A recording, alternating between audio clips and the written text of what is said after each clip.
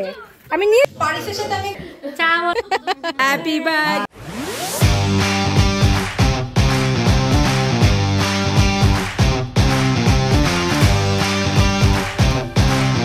সবাইকে আমার আজকের ব্লগে স্বাগতম জানাচ্ছি।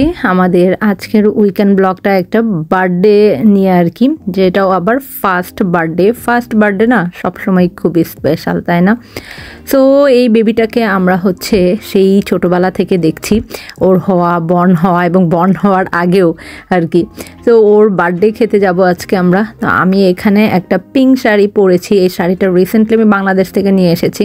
আর আপু বলেছিল ওনারা একটু পিঙ্ক থিমে রাখতে চায়, তো ড্রেস যদি ওরকম করে আমি পরতে পারি তাহলে খুবই ভালো। তো পরে দেখলাম আমার একটা পিঙ্ক শাড়ি আছে, তো এই জন্য আর কি পিঙ্ক শাড়িটাই আর কি পরে ফেলছি। যেহেতু উইকেন্ড ছিল তো বাসার বেশ কিছু কাজকর্ম ছিল আমাদের, এই জন্য একটু লেটও হয়ে গেছে, প্রায় 1 ঘন্টা লেট করেই আমরা গিয়েছি। যখন ওনারা টাইম দিয়েছে তার চেয়ে আর কি 1 ঘন্টা পরে গিয়েছি। তো যেয়ে দেখি মোটামুটি ওনাদের সব গেস্টরা আর কি বাসায় চলে আসছে। আর এই তো হচ্ছে পারিসা মনি, যার হচ্ছে বার্থডে। এত কিউট, মাশাল্লাহ, কেউ মাশাল্লাহ বলতে কিন্তু একদম ভুলবেন না। তার 1 বছর আর কি হয়ে গেছে। আমার না মেয়ে বেবিগুলাকে এত কিউট লাগে, একদম পরি যাকে বলে আর কি। আর এটা হচ্ছে আপুরা ডেকোরেশন করেছে, খুব সুন্দর লাগছিল আর কি, একদম সব পিঙ্ক থিমে। তো মানে খুব ব্রাইট লাগছিল এবং খুবই কিউট লাগতেছিল ডেকোরেশনটা। এবং এটা কিন্তু তারা নিজেরা করেছে।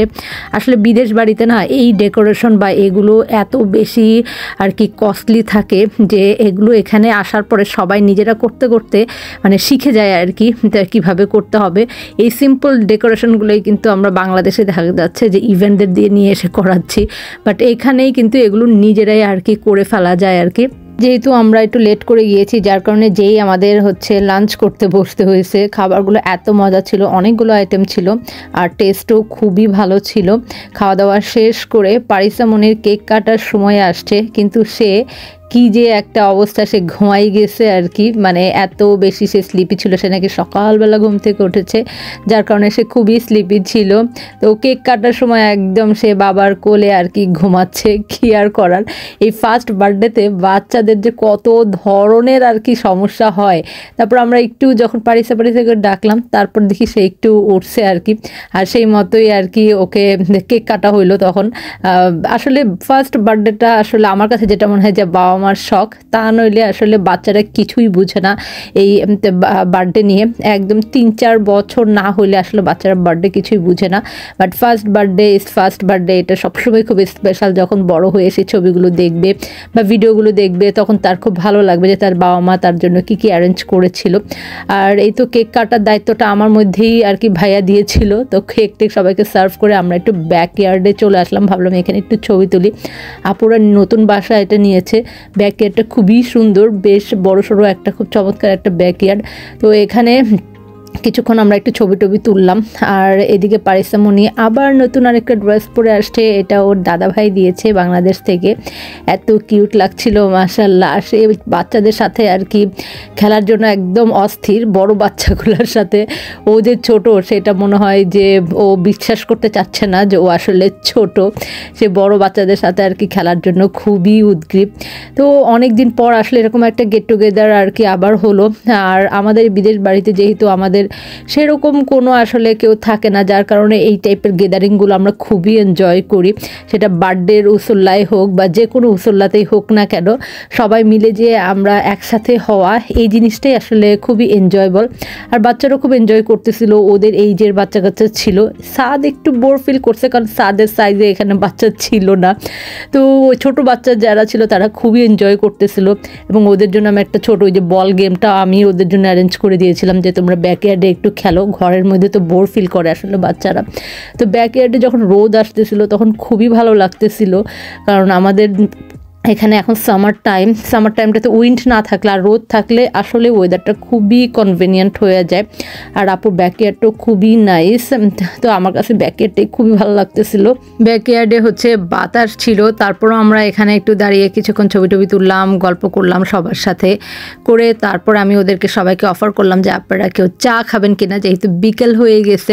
তো আমি সবাইকে আসলে অফার করলাম যে কেউ যদি চা খেতে চায় তাহলে আমি চা বানিয়ে খাওয়াতে পারি, কারণ যার বাসায় প্রোগ্রাম করা হয় তাদের কিন্তু এমনি অনেক ব্যস্ততা থাকে। সো আমি ট্রাই করি যেখানেই যাই কিছু একটা ছোটোখাটো হইলেও কন্ট্রিবিউশন করার জন্য। তো আমি ওখানে সবাইকে জিজ্ঞেস করলাম, সবাই তো এক কথায় রাজি হয়ে গেছে যে চা খাবে, সবাই খুব খুশি হয়ে গেছে। আসলে বিকেল টাইমটা আমাদের বাঙালিদের চা না হইলে কখনোই চলে না। তো আমি পরে চা বানাতে চলে গেছি। আর কারো কিচেন যদি ওপেন থাকে যে হ্যাঁ আপনি আপনার মতো করতে পারবেন, তখন মানে সেই জিনিসটা আমার খুবই ভালো লাগে এবং আমি এই জিনিসটা একদম গ্র্যাব করে নিই যে কেউ যদি আসলে কিচেন ছেড়ে দেয় যে হ্যাঁ আপনার মতো আপনি করেন, তখন দেখা যায় যে করতেও অন্যরকম একটা ইন্সপিরেশন কাজ করে। তো আমি এখানে চা বানাইতে আর কি বসে গেছি, যেহেতু অনেকগুলো চা বানাইতে হবে। সো আমার কাছে কনফিউশনে পড়ে গেছিলাম যে চা কেমন হবে না হবে আল্লাহ জানে, কারণ আসলে বেশি বানাইতে গেলে চা বা খাবার অনেক কিছু আসে ভালো হয় না। তারপরও আর কি বিসমিল্লাহ করে আর কি বানাচ্ছিলাম যে যেমনই হোক আর কি একটু বানাই। তো পরে আমি চা বানাচ্ছিলাম, এখানে প্রিয়াঙ্কা আপু ওনার বেবি নিয়ে আসলে ব্যস্ত। এই বয়সে বাচ্চাদের নিয়ে আসলেই মানে না নিচে রাখা যায় না, ওকে সবসময় দেখে রাখতে হয় কিন্তু এই বয়সে বাচ্চাদেরকে।